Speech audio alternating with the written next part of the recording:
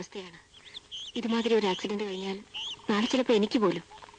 ഞാൻ ഇതുമായിട്ട് പൊരുത്തപ്പെടാൻ ശ്രമിക്കുക ഡോക്ടർ.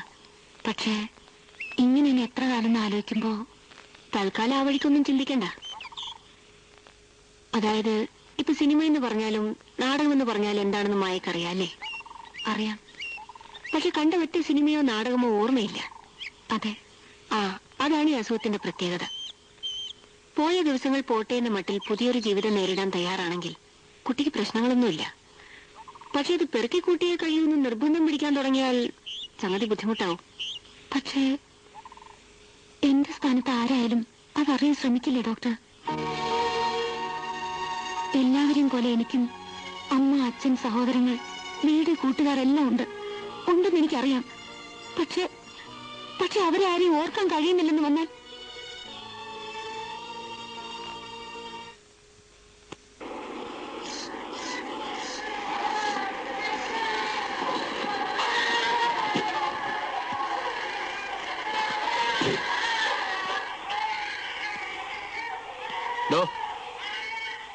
ഇവിടെ ഒരു പെൺകുട്ടി അന്ന് ആക്സിഡന്റ് പെട്ട് കിടപ്പില്ലേ? ഉണ്ട് സർ.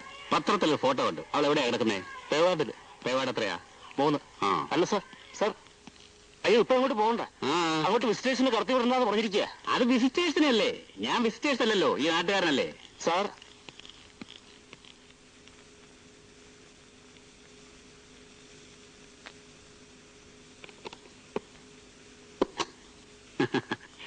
ഇരിക്കെ.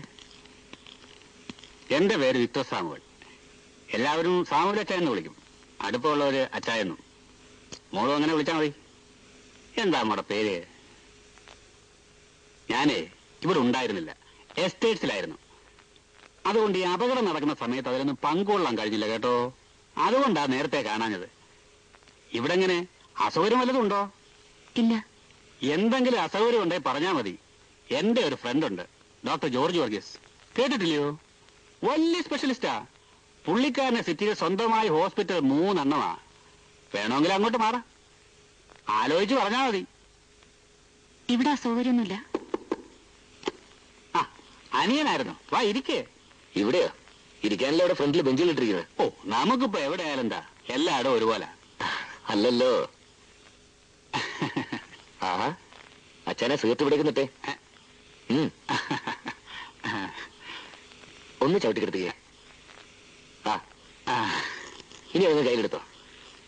എന്നിട്ട് എണീറ്റോ. ഇതൊരു പേഷ്യന്റ് റൂമാണ്. ഇവിടെ കയറിയുന്ന ഡിസ്റ്റർബൻസ് ഉണ്ടാക്കാൻ പറ്റില്ല. പേഷ്യന്റ് എന്ന് പറയാൻ അങ്ങനെ രോഗമൊന്നും ഇല്ലല്ലോ. അത് അച്ഛനാണോ? ഡോക്ടറല്ലേ തീരുമാനിക്കേണ്ടത്. നമുക്ക് വിട്ടിരിക്കണ്ട, ഇറങ്ങിക്കള. ഡോക്ടർ വന്ന് കണ്ട വയ്യ പോണനൊക്കെ വിളിച്ച് പേവാറിൽ എത്തിന്നും പറഞ്ഞ് ചീത്ത വെക്കുന്ന എനിക്കായിരിക്കും. എടോ, ഇതിനുള്ളിലേക്ക് ഒറ്റവനെ കടത്തി വിടരുത്. എല്ലാവരോടും പറഞ്ഞേക്കണം. സാർ എന്നാ വരട്ടെ മോളെ, പിന്നെ കാണാം.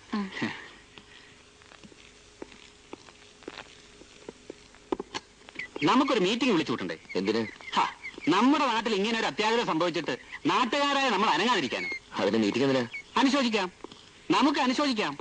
എന്നിട്ടൊരു കിണ്ണം പ്രമേയം പാസാക്കി പത്രത്തിൽ കൊടുക്കാം. അത് നിങ്ങളങ്ങ് ചെയ്താൽ മതി. എനിക്ക് വേറെ പണിയുണ്ട്. എന്നാ പറഞ്ഞ പോലെ.